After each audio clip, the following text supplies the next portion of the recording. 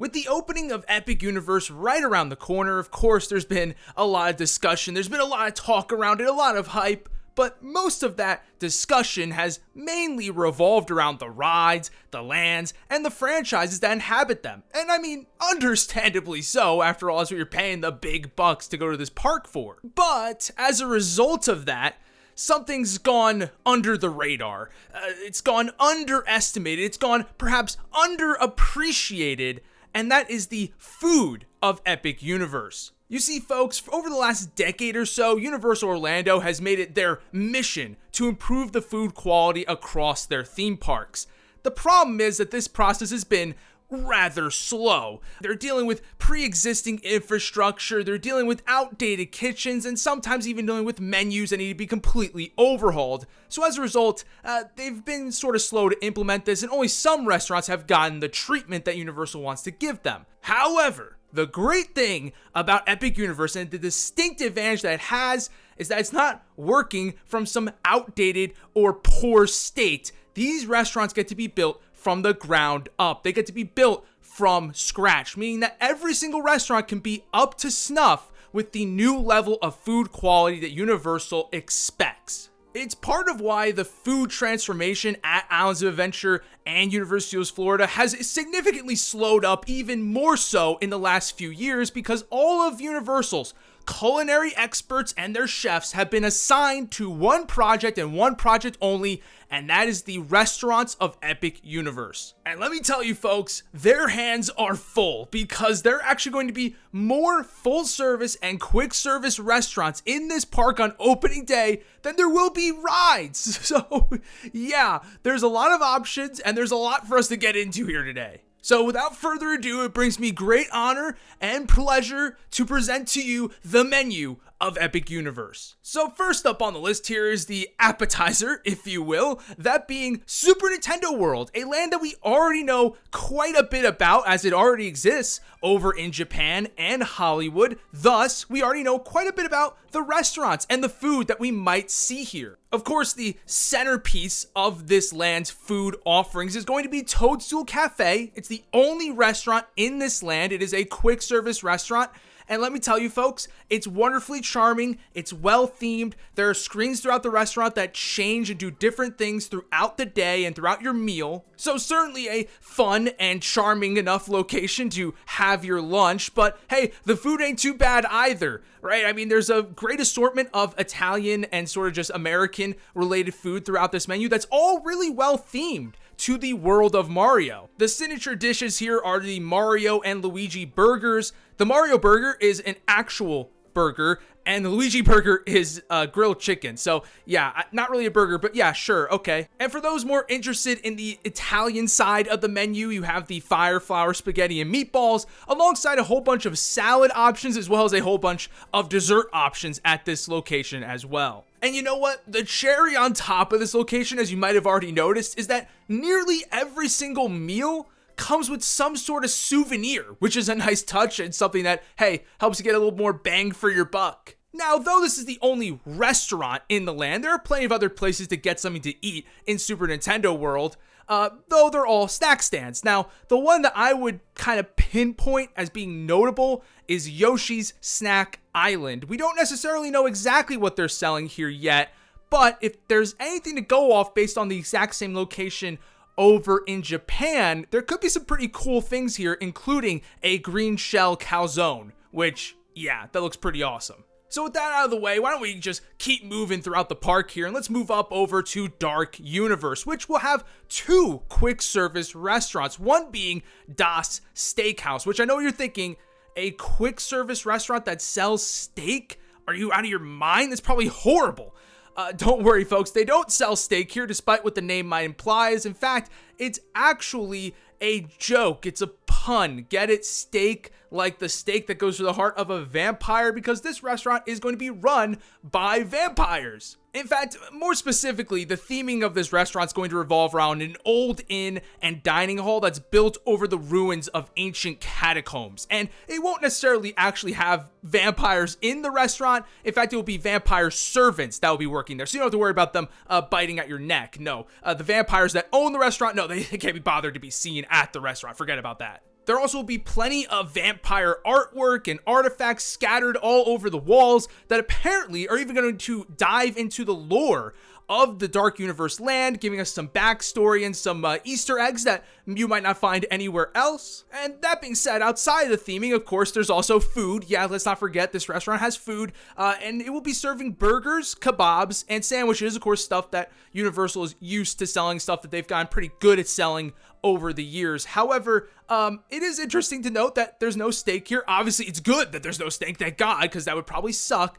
But I can't imagine how many people are going to show up to this restaurant seeing Das Steakhouse, thinking there's going to be steak and that's going to be a sit-down restaurant, only to be met with a quick service restaurant that doesn't have steak. So, I don't know. I know the name is funny and all, but man, it's going to confuse a lot of people. And one more thing to note about this restaurant is that all of the architecture and the artwork that we talked about earlier, apparently it's all going to paint the monsters as the heroes in the stories that they're telling. Whereas the other quick service restaurant, the Burning Blade Tavern, will do the opposite, because instead of there being monsters roaming around the restaurant or the restaurant being owned by monsters, this restaurant is being inhabited by monster hunters. Now, if you have a keen eye and are a classic Monsters fan, you might notice that this tavern here is in clear reference to the windmill from Frankenstein. So that's a nice touch. And what's also a nice touch is the fact that this windmill is going to light a blaze several times every hour, which is going to be an awesome effect on the level of the dragon breathing fire over in Diagon Alley. So yeah, I mean, that's awesome. That's definitely going to attract a whole lot of people towards this restaurant when they see it burning to the ground. As far as the inside of this restaurant goes, it's mainly going to look like a regular tavern. However, there's going to be a lot of trophy heads on the wall of conquered monsters, so that's going to offer some pretty cool, maybe even photo ops, and also just some great lore to add to the land for sure. As far as the food goes, strangely enough, this place also has burgers. So man, there's not going to be a shortage of places to get burgers in this theme park whatsoever. It's also going to have some more snack related stuff. So there's going to be some pretzels, wings, bratwurst, among some other specialty beverages, which of course Universal has kind of become synonymous for. And the last little bit of magic here is the fact that unlike Das Steakhouse, where you can't interact with the vampires in that restaurant, you're only interacting with the servants, here you get to actually talk to monster hunters. There will be character actors in the restaurant that you could just go up to and talk to, have a conversation with, take a picture with, and get some more lore and information about Dark Universe from. And though those are the only two restaurants in the land, there is one snack stand that I do want to highlight here, and that's DeLacy's Cottage. Yes, this location will serve up a number of sweet treats, but the one that's really interesting to me, that's notable here, is the fact that it will be serving cinnamon bread, which has become sort of a cult classic theme park food item at Dollywood and Silver Dollar City because they make it fresh and it tastes really good, and it's something that most people who visit the park seem to have every single time they visit. And I could attest, I've had it before, it's very good. So if Universal can execute on that on a high level, I could see it becoming an equal cult classic here as well. Not to mention also, it will be a permanent location for the Twisted Taters that are typically only found at Halloween Horror Nights. So that would be nice that you can get access to those now year round. So now that we've knocked out the left side of Epic Universe, why don't we go ahead and move into the middle, Celestial Park, the hub of Epic Universe. There are a 4-pack of restaurants in this land, 2 full service and 2 quick service. It is going to be the restaurant capital of Epic Universe, if you will. And the first of these, which will likely be the first restaurant that you see when you enter the park, is Atlantic. Not the Atlantic, just Atlantic. That's the name of the restaurant. It's fancy like that, and I mean it when I say fancy, because this is the fine dining location of Epic Universe. It's a full-service surf and turf restaurant with a fully kitted out bar to boot. Themed to, of course, the deep blue sea, and with these giant glass pane windows that give you fantastic views of Celestial Park and the rest of Epic Universe. I mean, it really does seem like it's going to be an awesome restaurant just to be sat in. But with steak and seafood on the menu that you know for a fact Universal's not going to spare any expense on, yeah, I think you can imagine that the food's going to be pretty darn good here as well. Though, I have to imagine the price tag is going to be pretty sky high as well. It will likely be a restaurant that most of us will not ever experience. But hey, for those of you who can't afford it, hey, enjoy. That's all I gotta say about that. And with that out of the way, why don't we go ahead and knock out the other full-service restaurant in this land, that being the Blue Dragon Pan-Asian restaurant. Now, what's notable here is that Universal Orlando does not currently have a full-service Asian restaurant in either Islands of Adventure or Universal Studios Florida. So this makes this incredibly unique. Yes, Confisco Grill and Mythos do serve some Asian food, but that's alongside a whole bunch of other cuisines, and it's more so a footnote on the menu, whereas Blue Dragon here is going to exclusively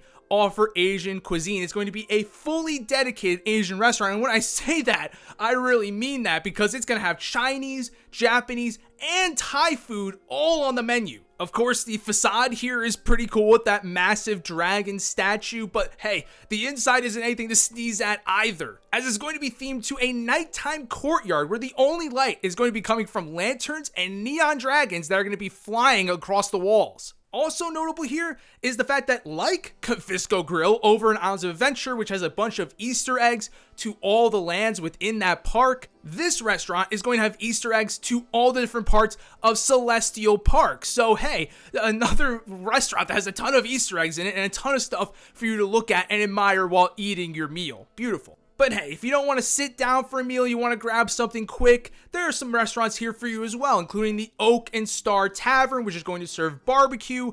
I would say the like comparison for this restaurant would be Thunder Falls Terrace over in Jurassic Park in Islands of Adventure, and that's a pretty good restaurant, so hey, I don't know if you can go wrong here. However, the other one, I have to admit, I'm not quite as confident in, that one being Pizza Moon, which I know a lot of people seem to be pretty excited for. I mean, the name is fun, the logo is fun, the interior looks fun. But let me just say this, folks. When the moon hits your eye like a big pizza pie, that's not likely going to taste very good, because the bottom line is this, folks. It's hard enough to even find good pizza in Florida, let alone good pizza in theme parks, all right? I mean, the pizza in theme parks has a really bad rap, even at Disney and Universal. And yes, I know I'm saying that Universal is going to provide better quality food here than they have even at their existing parks, but man, for them to get pizza right, I just don't buy it. I really have serious doubts this is going to taste anything better than just cheese on cardboard. But hey, I really hope they prove me wrong here. This is like the one restaurant that I really doubt is actually going to be good. But hey, listen, dude, if they prove me wrong, I will be a regular customer there on the daily. Make no mistake about it. So with that, that brings me over to the How to Train Your Dragon land, where really, I mean, the icon here, you really can't miss it, is the mead hall. The facade is massive, the interior is massive, everything about it is massive, and I mean, of course, that makes sense for a restaurant that's supposed to have you feasting like a Viking. It only makes sense that everything is big, and the menu seems to kind of match this, as apparently it's going to be featuring a variety of meats, fish, and sandwiches, alongside a collection of meads and ciders, which, yeah, that makes sense. It's in the name after all. But, I mean, you really can't be too sure at this park after all. Alongside the mead hall will be another quick service restaurant, one that's a little bit smaller in scale, that being the Spitfire Grill, which will overlook Berk's Fire Drill, the water attraction in the land, so that's pretty cool. As far as what they'll serve here, supposedly it's going to be hearty, flame-seared meals, so, I mean, this probably is going to range from barbecue to, hey, you guessed it, have some more, baby, burgers, let's go! But let me tell you right now, folks, as far as the restaurants we're going to be talking about today, this will likely be the last restaurant that serves burgers, because the next land we're going to is the Harry Potter Ministry of Magic land, which will have you going through Wizarding Paris. So you can kiss American cuisine more or less goodbye here, because it's going to be all French all day, baby. Which is pretty cool, considering that there isn't really much of any French cuisine at the existing Universal Orlando park, so this is definitely going to stand alone as a unique location for food within the resort. The first and most notable quick service restaurant within this land is Café L'air de la Sirène. Yeah, okay, I'm never saying that ever in my entire life. I will be calling this the Harry Potter restaurant for the rest of my days. That is insane. There's no way anyone's ever saying that correctly, ever. But as difficult as the name is to say for us uncultured Americans, what I can say is that the restaurant will still be extremely popular, as it will be the first restaurant that you see when you enter the land, and it's going to feature a menu full of French baked goods, sandwiches, and desserts, and of course, butterbeer. It also appears that this restaurant is going to have some pretty intricate architecture, so that's pretty cool. And apparently, they're even doing a giant dessert display that's constructed of almost 2,000 decorative individual cream puffs, so yeah, there's going to be some fun stuff in here as well. On the flip side of that, what might not necessarily be fun, but might in fact be rather ominous or scary, is the other quick service restaurant in this land, which is Le Goblet Noir. How about that for uncultured American? I could say that one. That actually stands for the Black Cup, as you might have guessed,